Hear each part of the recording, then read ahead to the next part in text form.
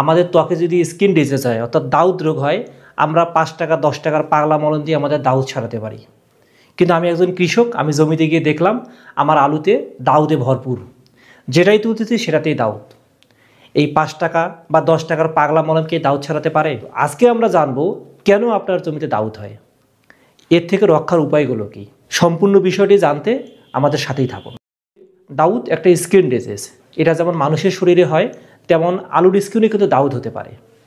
দাউদের অনেকগুলো কারণ আছে, তার মধ্যে ব্যাকটেরিয়া বা ফাঙ্গাসের আক্রমণের কারণে কিন্তু দাউদ হয়। স্ট্রেপ্টোমাইসিস স্ক্যাবিস নামের এক ব্যাকটেরিয়া যদি আলুতে আক্রমণ করে তাহলে সেখানে দাউদ হতে পারে।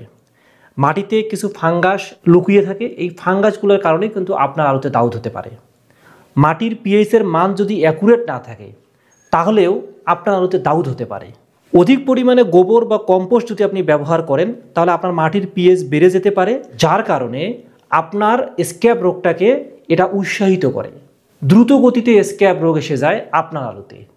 আর্দ্রতার অভাব থাকলে স্ক্যাব বেশি হয়, বিশেষ করে গাছের কন্দ গঠনের সময় যদি পর্যাপ্ত পানি দেওয়া না হয় তাহলে এই সমস্যা বেড়ে যেতে পারে।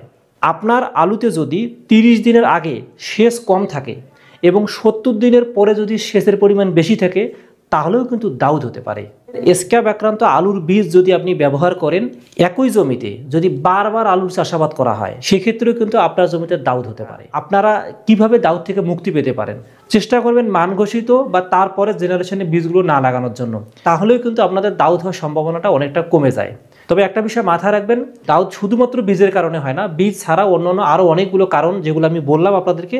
তো পারতপক্ষে চেষ্টা করবেন দাউদের জন্য জমিটাকে ভালোভাবে শোধন করে নিতে হবে। যদি কোয়ালিফাইড বীজ এবং জমি শোধন করে আপনি 6 সেন্স কাজে লাগিয়ে আলুর আবাদে চলে যান তাহলে আপনার জমিতে দাউদ হওয়ার সম্ভাবনা কিন্তু কম হবে।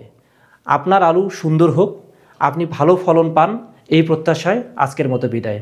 আসসালামু আলাইকুম।